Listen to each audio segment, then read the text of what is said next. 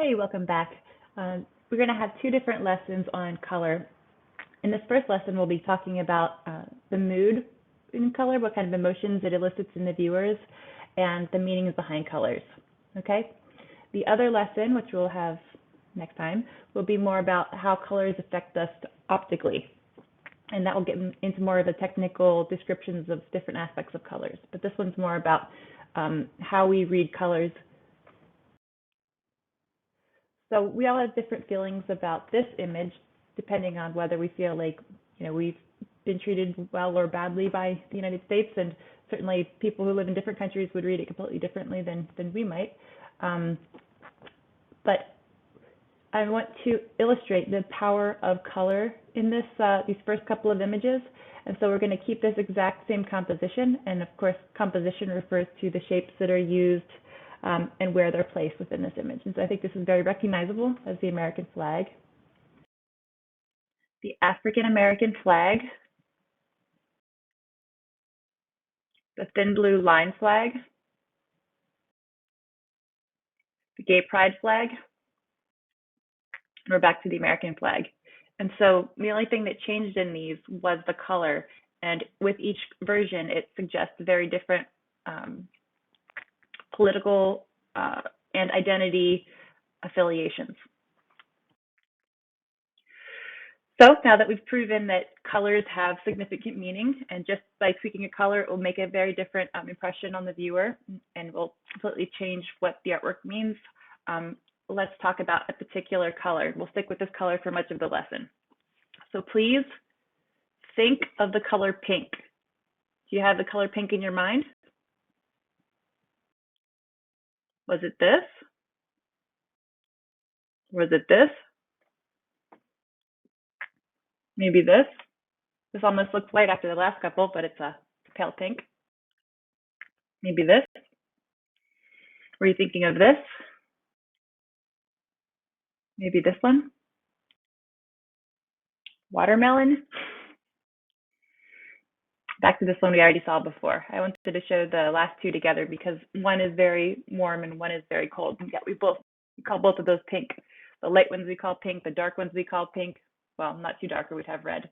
But look at all of these. I just did a Google search for the word pink, solid pink, and look at all the variation that people consider to be pink. So that's something to keep in mind. There's no one version of a color just based on the word that we would originally kind of think of. So now, what do you think, what is the very first thing that pops into your head in regard to what pink means? And I hope you asked, which pink? Because as we just showed, there's all kinds of different things that we would consider to be pink. So this is the pink. What do you think of? What's the first associations that you come to your mind, like kind of the most stereotypical things when you see this color pink? Did you think of something that might look a little bit like this? Did you think about hearts and like little girls or women or people who identify as women? Did you think of something like Valentine's Day, love, Cupid, that kind of thing? Well, you might be saying, Sarah, that's really stereotypical of you. And yeah, our initial associations with colors or shapes or anything are often kind of taught to us by society and can tend to be sometimes very stereotypical. And sometimes these don't align with our values. And so it's important to notice if your associations don't align with your values so that you can kind of work to realign your associations with things. But it's also very important to note what people tend to associate with colors or anything, shapes, whatever, so that way if they don't align with your values, you could maybe make a design that makes fun of that association or that challenges that association in some way. It's important to know how people think about things in order to address those things and not hide from that necessarily. And I'm not saying that there's anything wrong with associating pink with women. It depends entirely on the way that it's said in the context, and we'll talk about that later in the lecture. But we'll get back to the feminism and feminists' identification with pink and how that's changed over time. But for now, let's just think about the way that try to think about about the way we initially associate ideas with certain colors. And so here we have the same image of a heart, and then here we have another version of it, same kind of shape, design, except the color is different. It's a lighter version of pink, and it's more of a kind of orangey pink than the second one. And so take a moment and look at the two and notice what kind of different associations you have for the two and where you might expect to see these. So often neon colors, because they're not seen very often in nature, do tend to be associated more with kind of wildness, or extravagance or something like zany, whereas more muted versions of colors tend to be seen as a little bit more conservative. Now let's have a look at these two pieces. We have some similar subject matters in each: pink skulls. We've been talking about the difference in types of pink, of course, and we see two different types of pink here, and so we read it differently. And we also read it differently because of the other things we've learned about in this class, sort of the way that the skull is facing us or turned away, the amount of space around it, the contrast within the images or lack thereof, but also, of course, there are more than one colors in these pieces. And so we see the kind of neon pink with a bit of a purple shadow to it, and we see it with a black background. So it has those colors as its color scheme. On the left, we see white and a kind of light coral pink against an even lighter kind of pastel pink. So that's its color scheme. All of the colors in an artwork are its color scheme. And that combination affects the way that we read it as well, of course. So as I just explained, any kind of colors in an artwork are a color scheme for that particular artwork, but there are some particular types of color schemes that we should talk about as well. And one of them is monochromatic color scheme. And the far left image is Picasso. It's a Picasso painting from his blue period. It is pretty much all made of blue. Even her skin has a bit of a bluish cast to it. And so that's why we call that monochromatic. Mono as in one and chrome as in kind of hue or color. In the middle, we have an analogous color scheme, which is similar for kind of pushing a feeling onto the viewer by limiting the colors shown, but it allows this color scheme also includes colors that are near that color on the color wheel. So for example, if you look at the color wheel below, and we'll get into a lot more details about the color wheel and optics next week, but we can see that blue and purple and red are next to each other on the color wheel. Green, yellow, and orange are next to each other on the color wheel. So if we were to include maybe 2 colors or 3 colors that are all near each other, we can still push a kind of emotion kind of more easily, a very specific color feeling for the mood of the piece, while allowing for more variation. And on the right, we have achromatic, and that refers to grayscale. And we tend to associate grayscale images with the past because photographs used to be grayscale, but we also kind of associate it sometimes with ideas of kind of austerity or elegance. This is the color scheme. For each one I show you, I'd like you to take a moment and jot down the feeling that you get from it and where you think you might see this color scheme in real life. So just pause me for a second and grab a piece of paper. All right, I hope you're back. So please jot down how this color scheme makes you feel and where you think you might see it.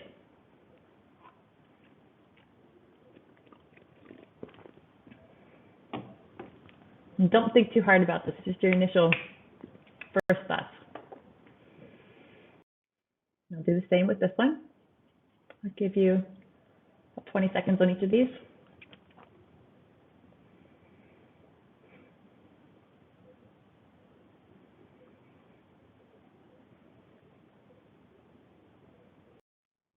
Now another.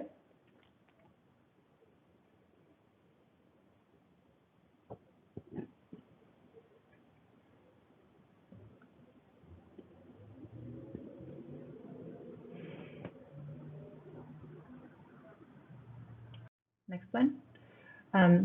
I think we're done with that activity. I also wanted to point out that color schemes are not the only thing that affects the way that we see an artwork. The textures that we see, the shapes that we see, I mean, all these things that we learned about in class, plus colors, all kind of combine to help us read an artwork. So it's not just colors. And colors don't tend to just come in stripes like I showed you. So let's talk about one particular color within a particular realm, which is clothing, and all the different ideas that we can get from that from different contexts. So our color is black, and when we see something like a little black dress or a tuxedo, we associate this color with elegance, with wealth, with sophistication, whatever else you associate it with. Now, when we see a person wearing a black ribbon, that is the symbol for breast cancer. I'm sorry, skin cancer. Pink is breast cancer. Skin cancer, and also generally when we go to a funeral, we would be wearing black for mourning. And on the right, we see a black leather motorcycle jacket, and this tends to be associated with ideas of kind of being a rebel and kind of a sexy quality to it. And so we saw one area, one color, 3 different contexts, completely different associations. Now, I tend to roll my eyes when I see lists like this, and you may look on the internet and find lists like this that say what colors mean, and I guess, of course, you'd have to say which version of these colors and in which context. And so I would take all these with a grain of salt, please. You see in purple, for example, that one of the things that lists here is royalty, and that might be because in Europe in the Middle Ages, only the monarchs were able to wear purple because it was such an incredibly expensive dye at the time. But let's say you were not aware of that, or you lived in a totally different part of the world that didn't care about medieval Europe, you never heard of these stories, you might not associate it in the same way. If you look at the list for pink, romance, compassion, faithfulness, beauty, love, friendship, and sensitivity, would we feel the same way about a neon pink? I don't think so. And so this is making a lot of assumptions, this list. Let's talk about some of the natural reasons that we associate colors, kind of reasons that have to do with our biology or kind of our history as human beings. One of them would be this idea of associating green with nature. So I just put the word nature, I didn't put any color information, just the word nature into Google. And these were the first things that came up on my search. And you see there's quite a lot of green here. And there's a good bit of blue as well. So we tend to associate blue and particularly green with nature for pretty obvious reasons. But, if you were from an arid kind of climate, a desert, you might not see as much green and you'd still be living in nature. And so your associations might be a little bit different. But this is one that kind of generally makes sense with green for nature. Again, I put in no color information into my Google search. I just searched the word health, and you see that a lot of blue came up. And designers have certainly done a lot of research into the way people feel about colors, and they incorporate that into their designs. But part of the theory of the day as to why people do associate the color blue with health, and this has been studied in kind of case studies about color understanding across the world, and tends to come up with blue frequently, most of the time. And so the current theory, and these kinds of theories change, and I'm not saying it's correct, it's a theory, but the current theory as to why people in lots of different locations all over the world associate blue with healthiness is that when water has a lot of sediment in it, it doesn't reflect outdoor water, it does not reflect the sky.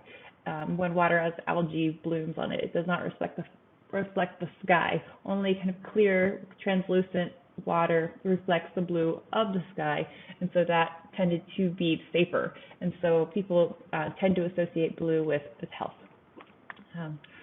So just a warning to anyone who gets kind of sick or faints at the site of blood, the next slide is going to have blood in it. I will close your eyes now and just listen, and I will tell you when the blood is gone. It's not too gory of an image. It's not like a dead body or something, but I know some people can't handle it at all, so just be aware.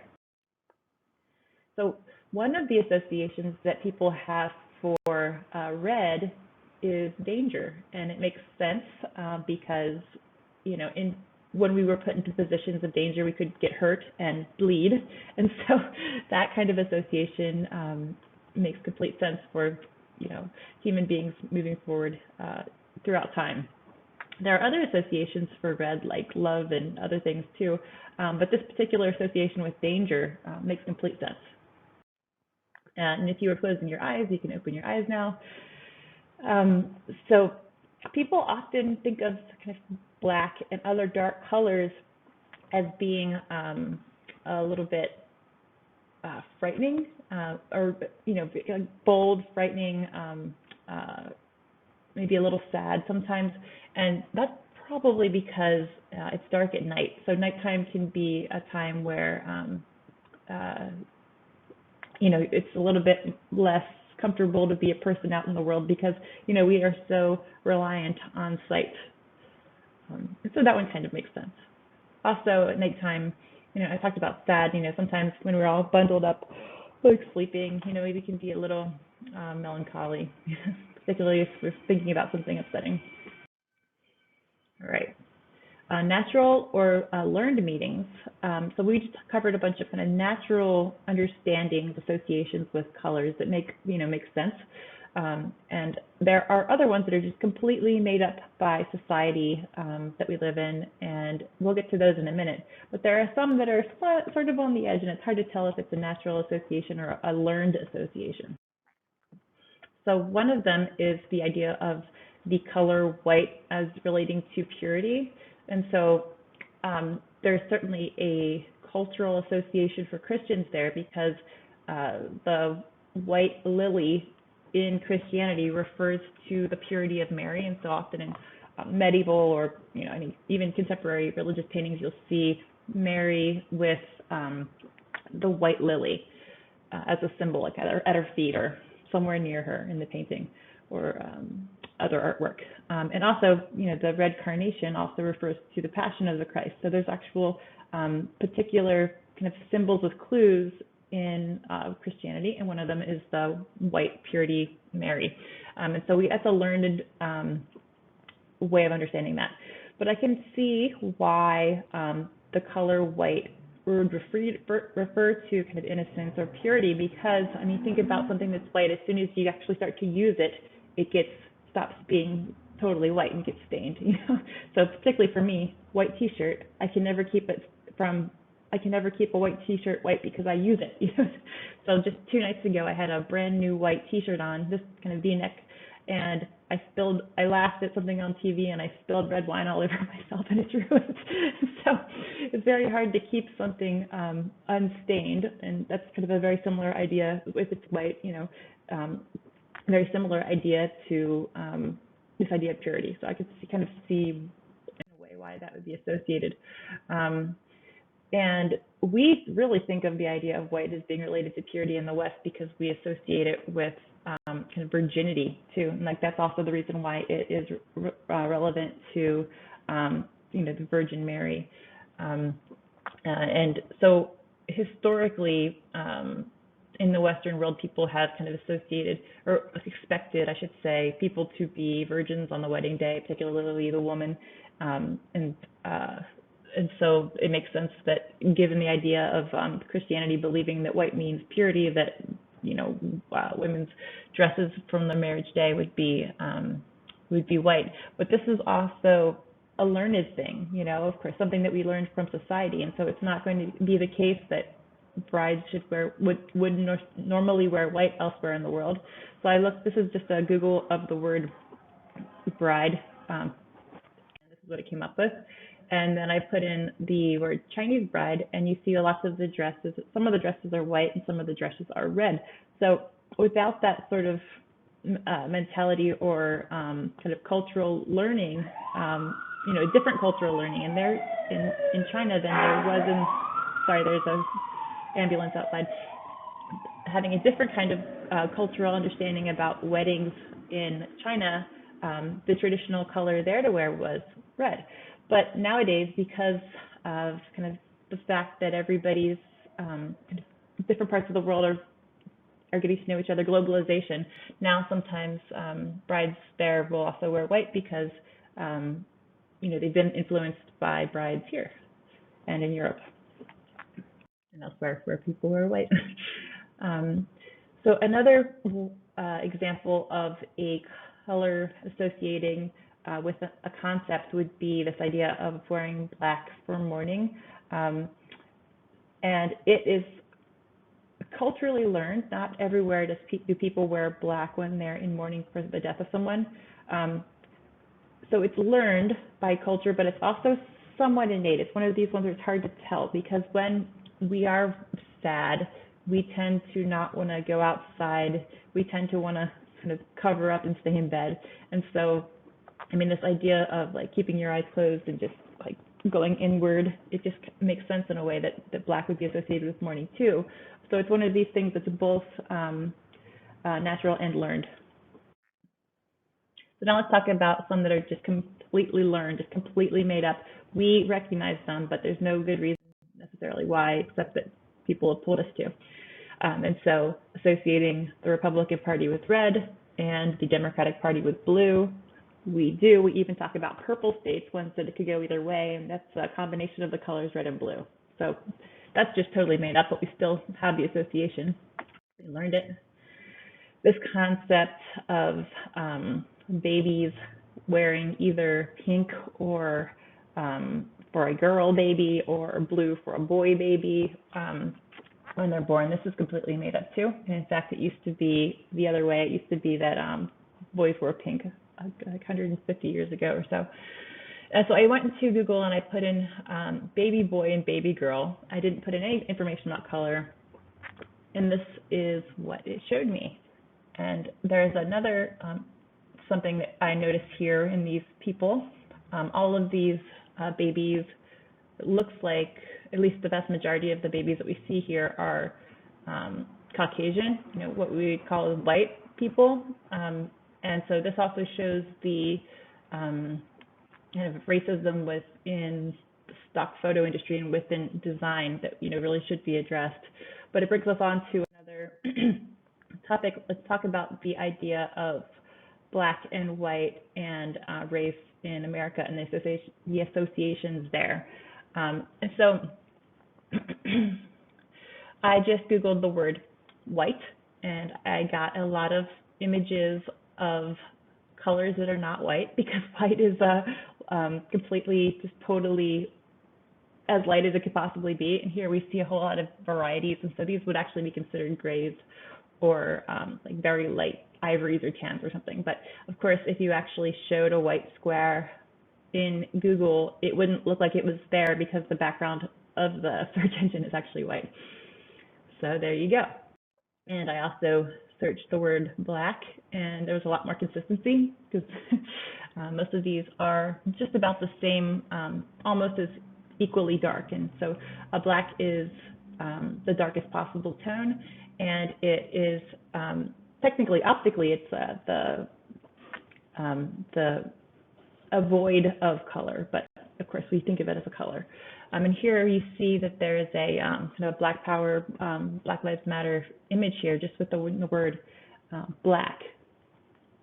Now, I typed in the word whiteness, which is clearly a word relating to race, and this concept of what race is. And you note that even when I write whiteness instead of white, and it's all about kind of understandings of race in America, all of the images, or most of them, there's two examples that are not this way, have white backgrounds or are primarily the color white, conflating the idea of the color white with this idea of racial whiteness.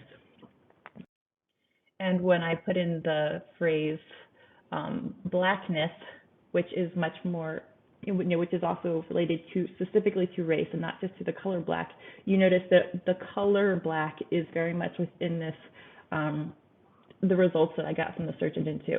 So there is certainly a conflation in our minds as Americans and as designers that are here, as people who upload things to Google, conflating the color black with this idea of racial blackness and the color white with racial whiteness. And of course, we talked about some other concepts of what black tends to mean to us, and so it can mean some negative. It has some negative associations like kind of darkness at night and not being able to see and feeling a little uneasy, and grief. Wearing black to a funeral. But we also talked about how it has this association with power, prestige because it's the boldest color. Think about the tuxedo and the little black dress, and think about the biker's jacket, and how those are all kind of badass and are like prestigious, kind of wealthy looking. And so there are some positive associations, like powerful associations with the color black that have been kind of co-opted with this idea of black power. Like you see the black power fist, and so it can be positive as well. But all of these kind of concepts of danger, power, kind of being just like generally sad or a negative idea, like I'm having a really black day, people might say, might also be conflated with this idea of race, because we so clearly link words that mean more than one thing to each other in our minds without even noticing. And similarly, the ideas about what the color white, the actual color white means, are sometimes conflated with the idea of kind of Caucasian people or like white people. And so we remember that some of those meanings in our culture for the color of white were kind of unstainedness or purity, kind of religious associations with Mary the Virgin, and certainly with kind of virginity, and particularly in women, and some of white power groups like the Ku Klux Klan and some of the more kind of recently formed white terrorist organizations in the United States have co-opted these ideas, which are mostly positive, unless for people, particularly they co-opted this idea with our virginity, with this idea of white womanhood, because often these organizations tend to also be kind of misogynistic, and so this idea that women should be chaste and should be, listen to their husbands and that kind of thing. All these ideas about the color white and whiteness, particularly for people who are white racists, have gotten very conflated as well. And so, if you think about the Klan, they wear white. But of course, people who are called white and people who are called black are not actually black and white. You can see the black and white stripes that are actually black and white in the background. They're a completely different color than the two people that we see, people's skins that we see in the image there. And even the whitest kind of albino person is not white, and even the darkest skinned person that you could ever see would not be actually the color black. So we've been exploring the ideas of assigning kind of Caucasian people the idea of white, and black people African people of African descent, the term black in our casual references to describing people. And these aren't necessarily offensive. I would refer to myself as white, and there's of course the Black Lives Matter campaign, which talks about kind of the worthiness of people who are of African descent. And so these two terms have been kind of taken in by people of these two types at this point in time, although of course the way we refer to race changes quite a bit from decade to decade. Now, there are other people who are not just white and black, and so we could think of color associations for other types of people too, and there are ones that are obviously very offensive today, but that people would still recognize because they're used sometimes by racists and have been used historically. And so an example of this would be the association with Native American peoples and redskin. And so, there was a football team that used to be called that too. And of course that was something that was really offensive to Native Americans and to people who think less about it. And also there was an association, there is a kind of a racist association between people who are of East Asian descent and the color kind of yellow. So of course we would not kind of casually refer to people in these ways the way that we casually refer to people as like black or white. And there's also this idea of brown people, and this is a term that's fairly complicated because in certain usages it's not offensive, and other usages it is offensive. So for example, if you're talking, people on the news will sometimes talk about violence against black and brown people, and when they say this, they tend to be referring to people of a range of different kind of parts of the world, people whose ancestors were from all kinds of different parts of the world. So, South Asian, Middle Eastern, Native American, and people who are Hispanic. And so it's not considered offensive now to refer to black and brown people in that context, or violence against brown people. But if you were describing your friends, you could probably say Sarah's white and Mark is black, but you wouldn't say Gracia is brown. You wouldn't say Gracia is a brown woman. You'd say you use a more specific terminology to not be offensive. You'd say something like Gracia is Latinx or Hispanic, something like that. So the application of colors to human beings is a really loaded and complicated thing. And of course, it's not always about kind of where the person's ancestors came from or what kind of racial categories are kind of in usage at a particular time. It's also other identities are associated with colors or schemes. So you could think about LGBTA plus people are associated with a particular color scheme. Of course, that is the rainbow. And think about Irish people, we think about the color green. And so certain associations are not offensive and certain ones are, and this also changes over time. So it makes the concept of associating people with colors very complicated. And so let's give an example of an artist that addresses this idea of kind of color and race and the conflation of the two things.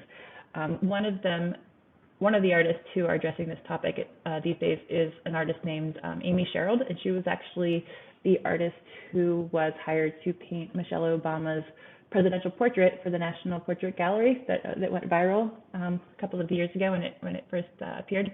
And here we see her painting that was commissioned by Vanity Fair of Breonna Taylor, who was a woman who was murdered by police in her house, and one of many kind of black people who were murdered, by police and over the history of the United States and recently. And so I want you to take a moment to look at this and consider why she might have designed this image of her in this way. I mean, there's lots of things to go into this in terms of the way that she's looking at us, her expression, the outfit that she's wearing, but also note that Amy Sherald is known for only painting black people. She is a black woman, and she is trying to address the fact that African Americans have been left out of a lot of our history of art, and so she has given herself the task of only painting African American and black people from other continents, so people who are black, in order to address this and kind of right the wrong of people not being depicted for so long. But in her work, she doesn't depict naturalistic skin tones. She only depicts people in grayscale. So if you look at this painting, you can see that Breonna Taylor's skin tone almost looks like a photocopy, totally black, white, and gray, whereas the rest of it is done in full color. And so Amy Sherald does this for a very particular reason. She believes that by not painting the particular naturalistic tone of the skin, it sort of takes away the kind of so how do I say this, the white gaze, or like the gaze from people who are not black, it's just like kind of looking at the skin colors, kind of protecting the person from being kind of objectified by their skin color, while still addressing the skin color by showing, how dark the person is in terms of the grayscale, right? And so I want you to, consider that, but also think about the colors that are in here, the blue, the types of blue, what that might mean, and what you might have been trying to get across with that. All right, and now we are back to pink again. So let's talk about this concept that we briefly touched on before getting into this idea of associations with color and race in America. We'll talk about, again, this idea of pink and blue for girls and boys. And so feminism has changed its ideas about pink very much over the years. Early feminists, the 70s and 80s and 90s, tended to avoid pink because they'd say, oh, pink is a color for girls, and society has said that girls have to wear pink. And so in making feminist artwork, like this is a Barbara Kruger, Your Body is a Battleground, and it's about kind of abortion rights. And she uses really bold kind of colors that, were traditionally considered masculine. She uses black and white and red in all of her artwork, and very much of it is feminist. And when I was growing up, I always thought of pink as being something that, I'm wearing pink today actually, as being something that was kind of pushed on women or like pushed on girls, like a bad thing, a stereotype. But more contemporary feminists, I put in the word feminist art into Google to see what the zeitgeist is coming up with lately. And you see that people are embracing this idea of pink in creating kind of feminist designs. And a couple of years ago, I started to really come to love pink again, because it occurred to me in teaching color theory that pink is a color, and this idea of and it's not any better or worse than any other color. It has certain associations, but people tended to not want to be associated with pink because pink was associated with girls, and girls were associated with a kind of a hyper feminine kind of quality. But that was another construct just put on by society. And so I think nowadays people are realizing that pink is just as great a color as anything else, and there's absolutely no reason to reject pink if you don't necessarily associate women with qualities, or people who identify with women with qualities of weakness, the way that people may have once. And so being associated with pink, although once it was kind of pushed upon women, is now sort of being embraced by a lot of feminist artists. And so our ideas about what colors mean absolutely change over time. And they will continue to change as time goes on.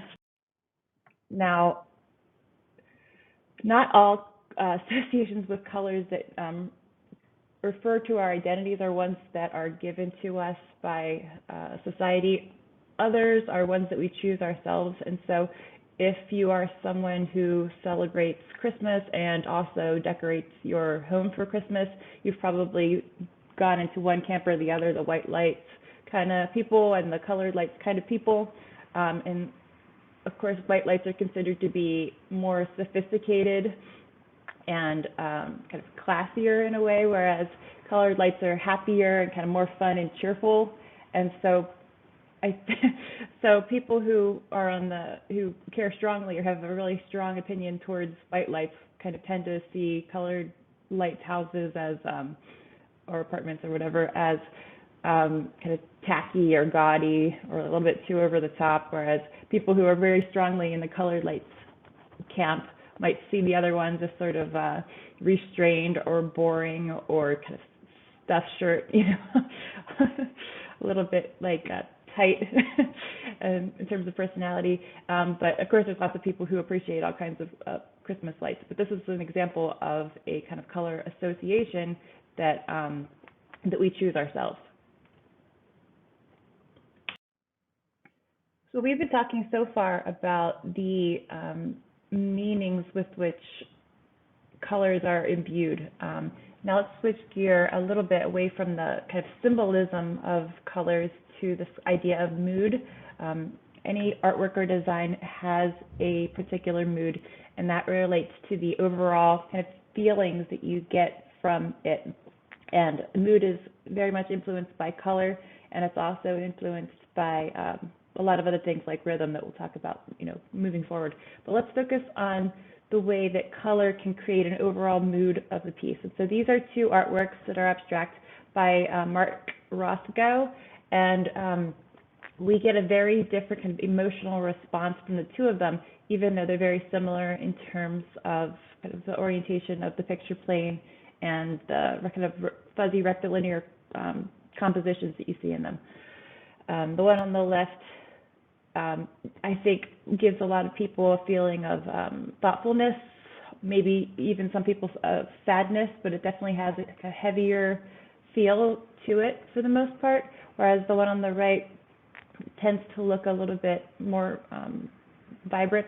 It has more, saturated light colors and warmer colors. And we'll talk more about these kind of aspects of art, of color optics next week. But let's just talk about the way that the two make us feel. And so this isn't just the case with abstract art. Any artwork, any kind of design, even if it has lots of symbolism in it with as well, will have an overall kind of mood, and part of that is based on the color, and part of it, of course, is based on associations that we have, feelings that arise from the subject matter, from the the types of marks made, everything that kind of combines to give it a mood.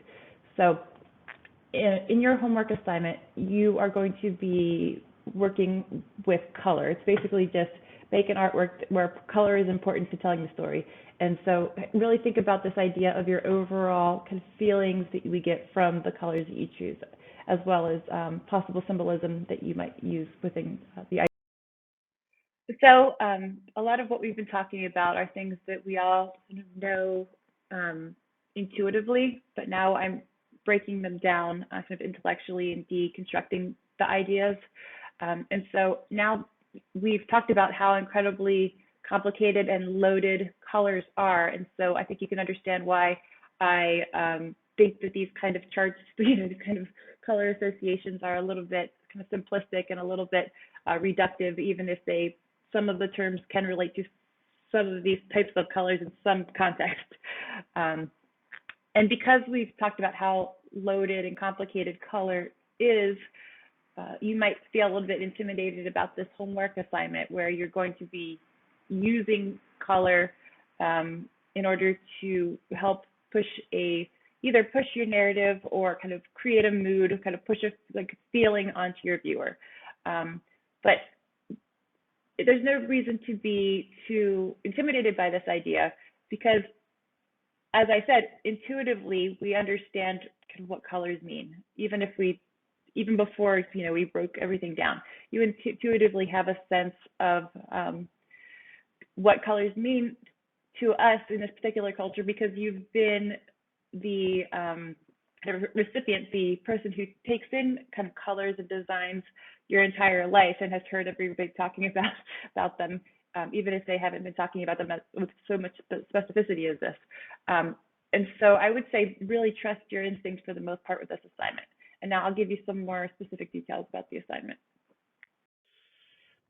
Okay, so your assignment is to make a colorful image using any media you want. So it could be photo, it could be painting, it could be whatever you want. It can either be done on the Bristol board, or if it's done on paper, you mount it to the Bristol board. And I just want you to use color to help convey a meaning or an emotion, okay?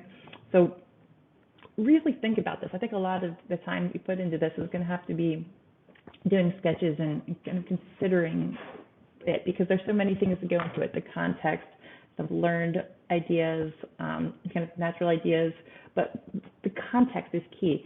And making the everything else besides the colors kind of match the colors in terms of, we talked about this idea of form follows function, how all of the decisions you make as a designer help to tell the viewer what's going on.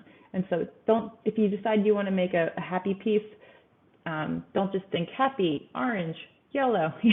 Think about like in what context, what types of these colors, if these colors are even appropriate at all, and and then what are you going to depict? What's the subject going to be that you're going to be depicting with this that helps to support that as well? Okay. So, for instance, if you're going to take a photograph, you could just go out and try to find something that happens to fit the mood that you're looking for. But I think it would be harder to do that than it would to kind of set up something to take a photograph of. Now, you've had some photography skills in this class from previous assignments. I think you're ready to go and do this. If you're going to be in the piece, think about the colors that you're wearing. Think about if you're going to be wearing makeup, what colors of makeup and how is it going to be applied? How are you going to do your hair if you're going to be in it? What are you going to be doing? Is there going to be a lot of space around you, or are you going to be close up? All of these things affect the reading of the work. Okay, so if you want to make it a little bit easier on yourself, you could make a monochromatic or a analogous color scheme, because remember, limiting your colors really helps to push the mood in a very clear single direction. But if you want to give yourself more of a challenge, then include many colors in your scheme. Okay. So one thing I don't want you to do is to use the idea of sad equals monochromatic blue, because I've seen that so many times. There's nothing wrong with it. And think about Picasso's blue period here. We saw one image of that before. In this series, he made a lot of portraits and scenes of multiple people, kind of sad and blue. And that's one of the associations with blue that we haven't talked about. It's interesting because blue tends to be people's favorite color, but kind of a little bit of a more muted blue, like these that you see, we tend to associate with sadness. So I don't want you to do sad equals blue, but you can do negative emotions. Of course, you could do anxiety or any kind of more specific type of sad, like melancholy or grief, something like that, if you want to. Just don't make it just general sad. Be a little bit more creative with that. And also, I should have listed this, but if you're going to use a photograph, don't use a filter. I don't want you to take a photograph of something and then just use a blue filter over it or use a yellow filter over it. Okay, I want you to completely design the image yourself, and don't rely on filters here. And of course you could also paint it or do it any other type of two-dimensional artwork you'd like. Now, I'm not going to give a demo this week because there are just so many different media that you could possibly use, and I think it's really clear what I'm asking you to do. And so I'll take your questions for this when we meet, or if you have an urgent question and want to start it right away, go ahead and email me or reach out to me. Okay. All right.